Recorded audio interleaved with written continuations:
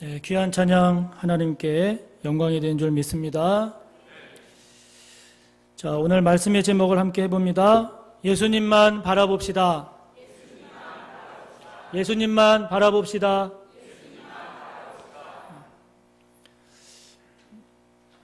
오늘은 광고 때도 말씀드렸지만 기독교 중에 우리 개신교회가 종교개혁주일로 지키는 주일입니다. 종교개혁은 여러분들도 아시겠지만 1517년 10월 31일, 그러니까 내일이죠. 10월 31일 당시 로마에 성 베드로 대성당을 개축을 했는데 그 개축에 필요한 자금을 충당하기 위해서 교황이 교회를 통해서 면죄부를 판매를 했어요. 면죄부를 판매하자 당시 로마 가톨릭의 사제고 교수였던 마르틴 루터가 이거는 아니다. 그러니까 면죄부가 사실은 그때만 있었던 게 아니라 쭉 있어 왔는데 쌓이고 쌓이다가 이제 그때 이건 더 이상 아니다. 그래서 그것을 비판하면서 그것에 대한 토론을 하자고 그 비텐베르크 대학에 있는 교회 문에 이른바 95개조 반박문을 붙인 것이 계기가 됐어요.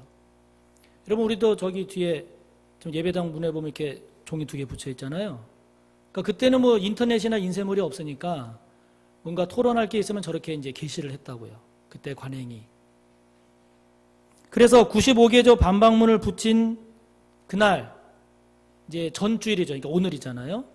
이날을 종교개혁주일로 정하고 그 종교개혁의 정신을 우리 개신교회들이 지금 되새기고 있는 겁니다. 1517년이었으니까 올해로 499주년이고 내년이 종교개혁 500주년이 됩니다.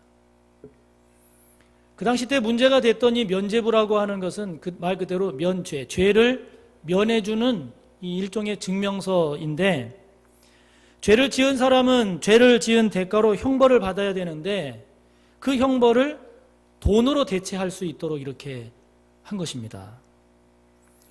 당시 교황인 식스투스 4세는 말씀드린 대로 성 베드로 대성당의 이 개축에 필요한 이 비용 마련을 위해서 교회를 통해서 이 면죄부를 판매하면서 이 면죄부를 사면 이 면죄부의 효력이 연옥. 여러분, 가톨릭에는 연옥이라는 교리가 있습니다. 사람이 죽으면 그 영혼이 천국 가기 전에 일시적으로 머무는 그 연옥에 있는 그 사람들에게까지도 이 영향을 미친다 선포를 했어요, 교황이. 그러니까 여러분, 어떻게 돼요?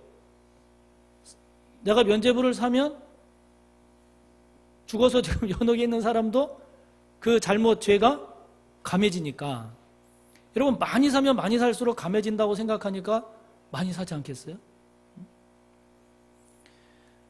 이런 상황이 되니까 이 마르틴 루터가 이거는 잘못됐다.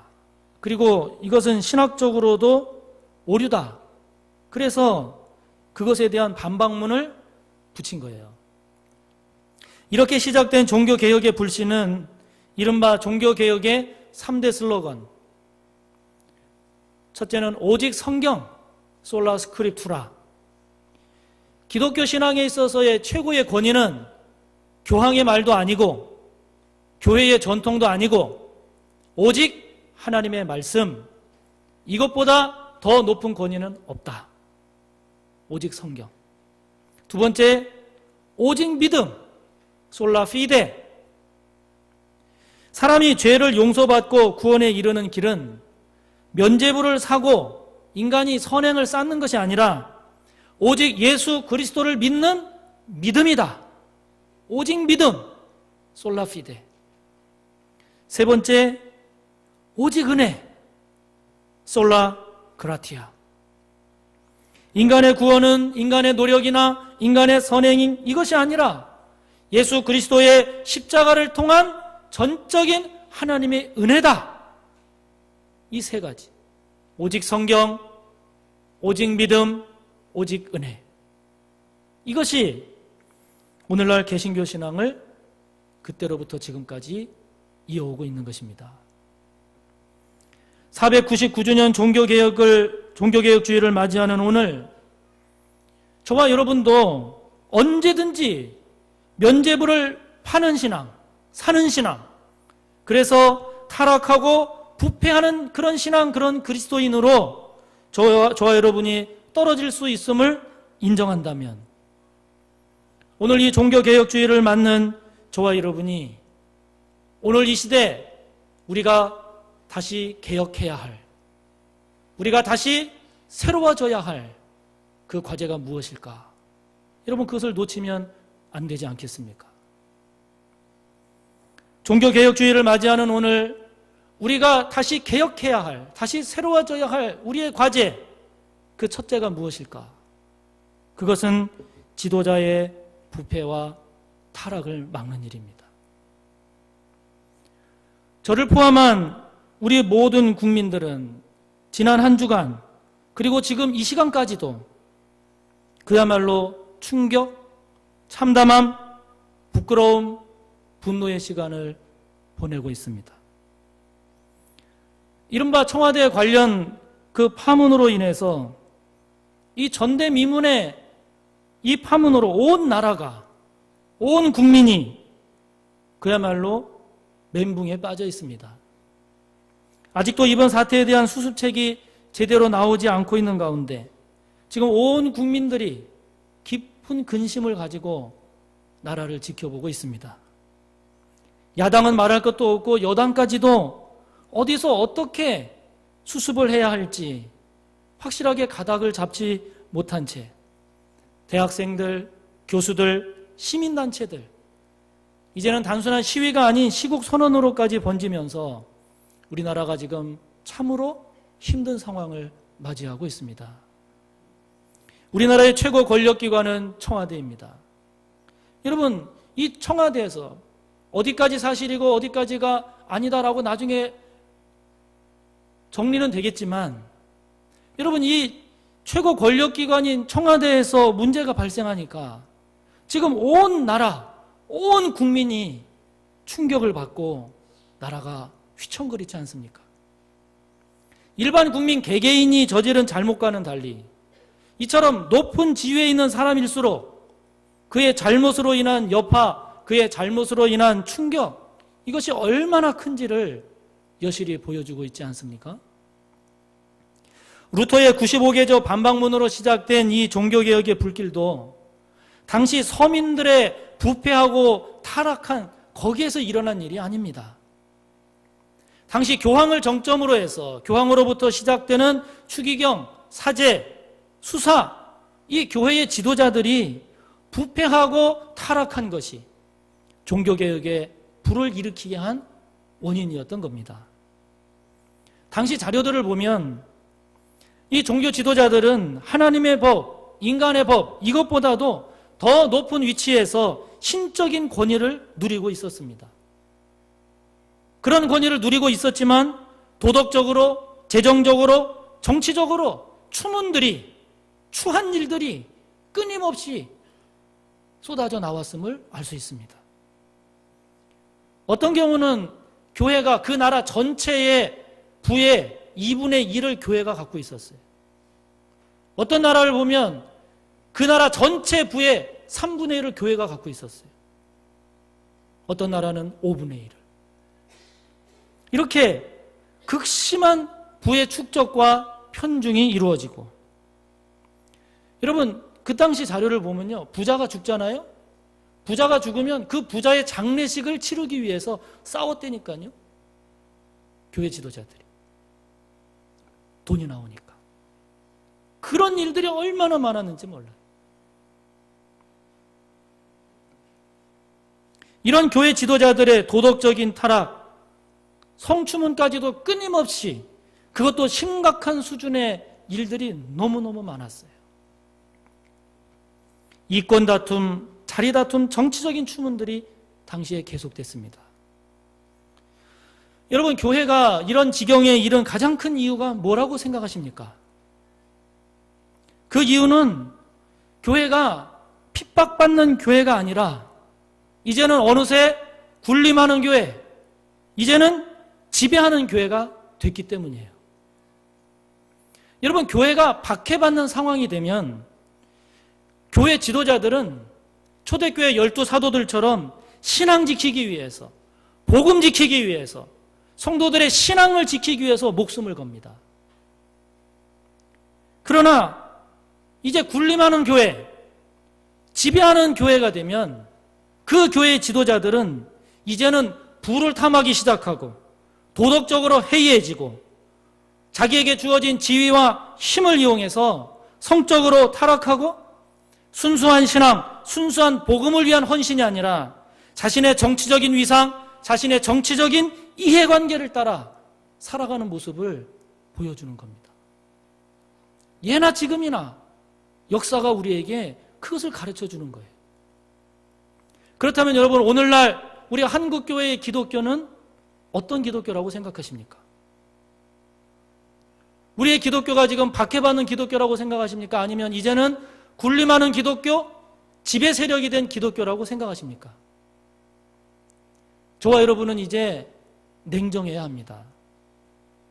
여러분, 오늘 이 시대 우리 한국의 기독교는 더 이상 박해받는 기독교가 이제 아닙니다. 군림하는 기독교고 이 사회를 지배하는 기독교가 된 시대입니다. 2005년도 벌써 10년 전이잖아요. 통계청 자료를 보면 전체 국민 가운데 개신교가 18.3%, 카톨릭 10.9%, 합쳐서 29%입니다. 기독교인이. 가장 많다는 불교가 22%밖에 되지 않습니다. 이제는 우리나라에 기독교라고 쓰는 사람이 제일 많은 나라가 됐어요.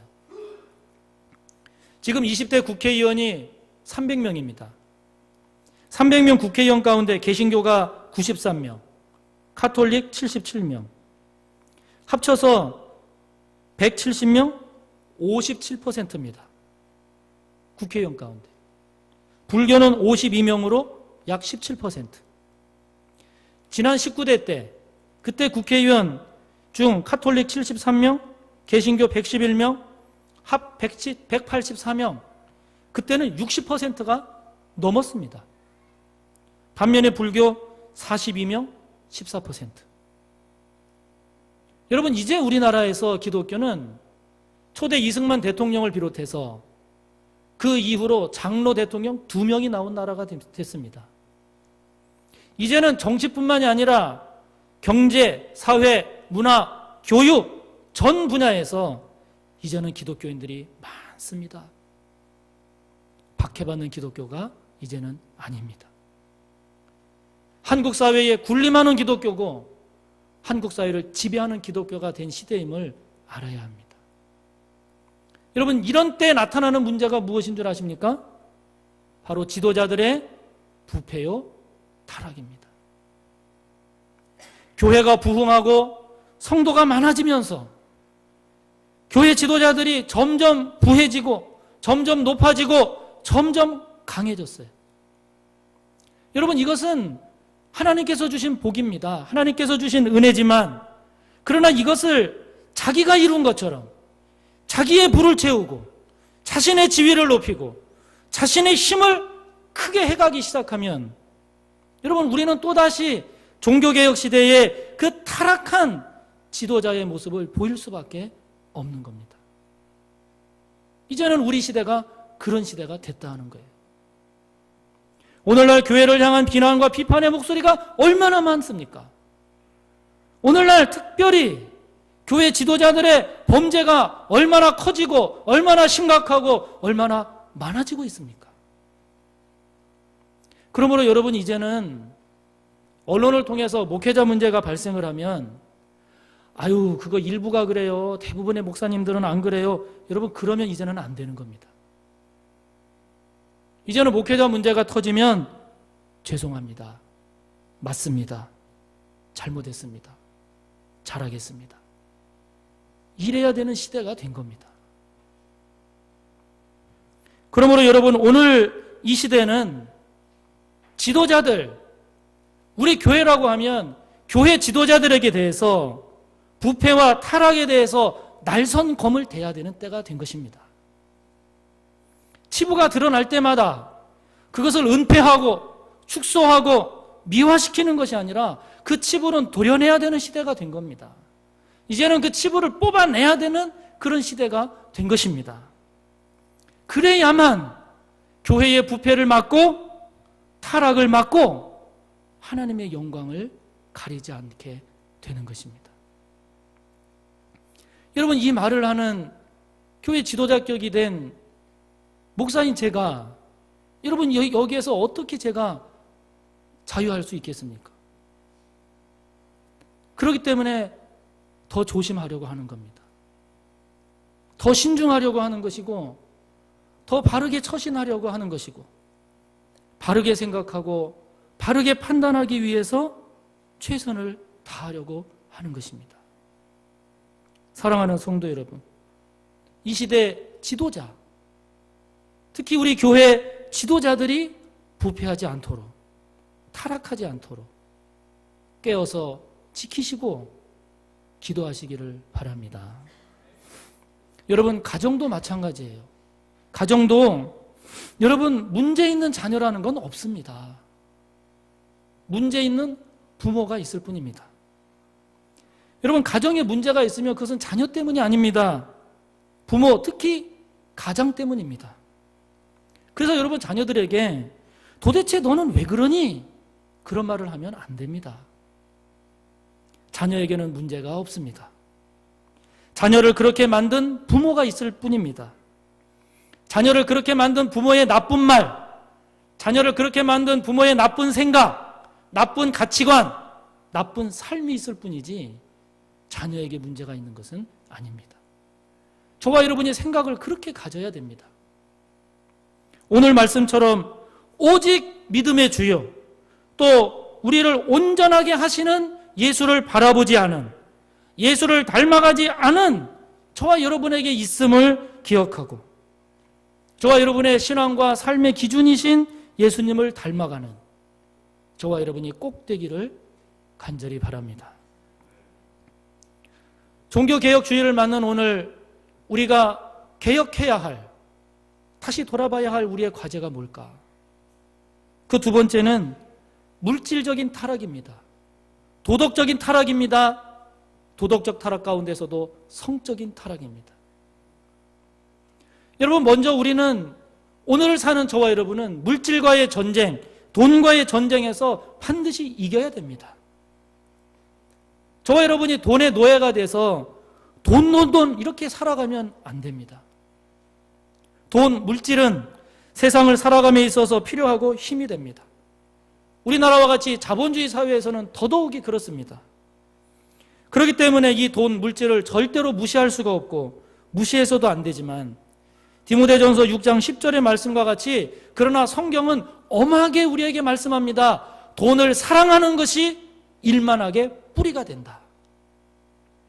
돈을 사랑하는 것이 모든 악의 시작이 된다. 이것을 탐내는 자들은 미혹을 받아서 믿음에서 떠나 많은 근심으로써 자기를 찔렀다라고 우리에게 말씀하고 있습니다. 여러분, 저는 목사로서 여러분 모두가 다 부자가 되기를 바랍니다. 다 부자 되세요? 원치 않습니까? 다 부자 되세요? 그래야 여러분, 가난하면 사는 게 힘들어요. 부자들이 되세요. 그래야 쓸 수 있을 때 쓰고 누릴 수 있는 것을 누릴 수가 있기 때문입니다. 그러나 우리가 열심히 일해서 돈을 버는 것과 함께 분명히 기억해야 될 것이 있는 거예요. 그것이 뭐냐면, 돈을 사랑하면, 저와 여러분이 돈의 노예가 되면, 돈에 얽매이게 되면 거기에서부터 모든 악이 시작된다 하는 것입니다. 성경은 돈을 따라다니다가 돈을 쫓다가는 길을 잃고 신앙에서 떠나 큰 근심에 떨어진다고 우리에게 말씀하고 있습니다. 여러분, 이번에 청와대 관련 그 파문에서도 보세요. 문제가 있는 곳마다 다 돈하고 연결되어 있잖아요. 돈을 쫓는, 돈을 사랑하는 그 타락한 부패의 손길들, 그 정황들을 이야기하고 있지 않습니까? 저와 여러분이 돈을 사랑하는지, 돈을 사랑하지 않는지를 어떻게 알 수 있을까요? 그것은 저와 여러분이 우리의 가지고 있는 돈을 어디에 어떻게 쓰는지를 보면 알 수 있어요. 내 보물이 있는 곳에 내 마음이 있다는 마태복음 6장 21절의 말씀처럼 저와 여러분이 우리의 재물을 어디에 어떻게 사용하는지를 보면 하나님이 기뻐하시는 삶을 사는지 아니면 돈을 사랑해서 돈에 사로잡혀 사는지를 우리가 알 수 있습니다. 저 또한 목회자로서 그래서 많이 신경 쓰는 것 중에 하나가 뭐냐? 물질로 죄짓지 않게 하는 거예요. 부당한 재물, 불의한 재물에 손대지 않고 그것을 취하지 않으려고 애쓰는 것입니다. 그래서 어느 원로 목사님 그러세요. 육체와 물질은 냉혹하게 다스릴 줄 알아야 된다. 이 몸과 물질은 좀 냉혹하게 다스릴 줄 알아야 된다. 그래서 그 말씀을 기억하는 거예요. 공과 사를 구별해서 제가 사적으로 쓴 것을 교회 공적인 교회 예산으로 처리하면 안 되는 거예요. 교회 공적인 재정을 저의 사적인 필요로 돌려서 쓰면 안 되는 거예요. 공과 사를 구별해서 물질로 범죄하지 않기를 애쓰려고 하는 것입니다. 여러분은 물질을 잘 다스리고 계십니까? 아니면 물질에 매여 살고 계십니까? 여러분은 물질을 하나님의 뜻에 맞게 잘 사용하고 계십니까? 아니면 물질에 얽매여서 물질이 많아도 돈, 물질이 없어도 돈. 혹시 그렇게 살고 있지는 않습니까?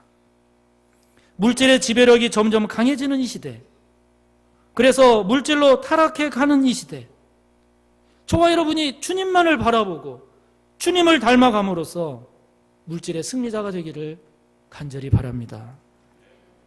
이 물질의 타락과 함께 우리가 넘어지지 말아야 할 것이 도덕적 타락이에요. 그 중에서도 성적인 타락이에요. 앞서 소개했듯이 이 종교개혁 당시 교회 지도자들의 도덕적인 타락, 특별히 이 성적인 타락이 크게 문제가 됐어요. 예나 지금이나 그 당시는 결혼을 안 하잖아요. 안 함에도 불구하고. 여러분, 오늘날도 마찬가지입니다. 교회 지도자들이 넘어지는 문제가 무엇입니까? 다 돈 아니면 이성 문제예요. 둘 중에 하나예요. 목회자뿐만 아니라 모든 사람에게 있어서 성적 타락은 치명적입니다. 그가 아무리 많은 공을 세우고 그가 아무리 높은 탑을 세웠다 할지라도 이성 문제, 성 문제로 넘어지면 그야말로 한 번에 훅 가버리는 것입니다. 최근에 보면 목회자뿐만 아니라 교육계에서는 대학 교수가, 문화계에서는 유명한 소설가가 여러분 이 성추행 문제로 우리에게 충격을 주고 있지 않습니까? 하나님은 간음하지 마라. 인간이 지켜야 될 가장 기본적인 10가지 계명 중에 간음하지 말 것을 명하시잖아요. 그만큼 중요하게 보세요. 예수님은 더 한 걸음 들어가서 여인을 보고 음욕을 품은 자마다 이미 간음한 것이다. 더 엄중하게 말씀하십니다. 여러분, 교회는 여성이 많은 곳입니다. 그래서 제가 목회자이긴 하지만 남자잖아요. 그러니까 여러분, 저로서는 조심을 안 할 수가 없는 거예요. 그 전전교회. 그 교회에서 세 가족이 있었는데요. 자기가 어려운 문제가 있다고 기도 좀 해달라는 거예요. 세 가족이 어려운 문제가 있어서 기도해달라고 하니 어떻게 해요? 해줘야죠. 근데 진짜 하나님이 도우셨어요. 그때 제 생각에 그 세 가족을 전도한 권사님 있잖아요. 그 권사님하고 같이 오라고 그랬어요. 권사님하고 같이 와라. 그래서 이제 얘기 듣고 기도해 줬는데 나중에 보니까 이 양반이 막 교회를 다니면서 뭐라고 얘기하는 거 아니? 제가 자기를 덮치려고 그랬대요. 제가 자기를 덮치려고 그랬고 자기한테 결혼해 달라고 제가 졸졸졸 쫓아다녀서 너무 힘들다고. 여러분, 그때 그 권사님 안 계셨으면 저 그냥 뒤집어 썼습니다. 제가 조심을 하려고 해도 이런 문제가 생길 수 있는 데가 교회예요. 그래서 여러분 앞으로 뭐 지금까지도 그렇게 제가 하려고 했고 또 그렇지만 앞으로도 여러분 제가 차로 만약에 신방을 가잖아요.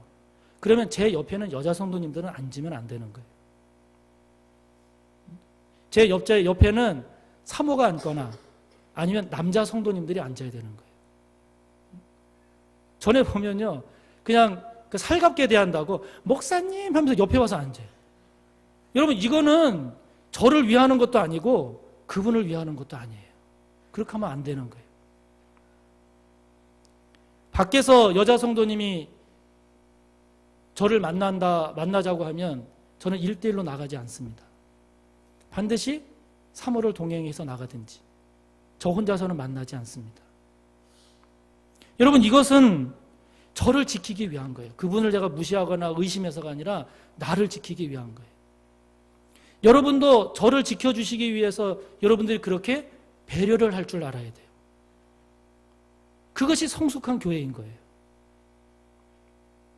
여러분은 도덕적으로 무너진 것은 없습니까? 여러분 성적으로 타락하지 않기 위해서 어떤 노력을 어떻게 하고 계십니까? 오늘날 점점 도덕이 무너져 가고 있습니다. 특별히 성적 절제력이 무너져 가고 있습니다. 믿음의 주요 또 온전하게 하시는 이인 우리 주님만을 바라보면서 오늘 이 시대를 주님처럼 성령의 사람으로 거룩하게 살아가는 우리 모두가 꼭 되기를 바랍니다. 종교개혁 주의를 맞는 오늘 우리가 돌아봐야 할 과제 세 번째 무엇일까?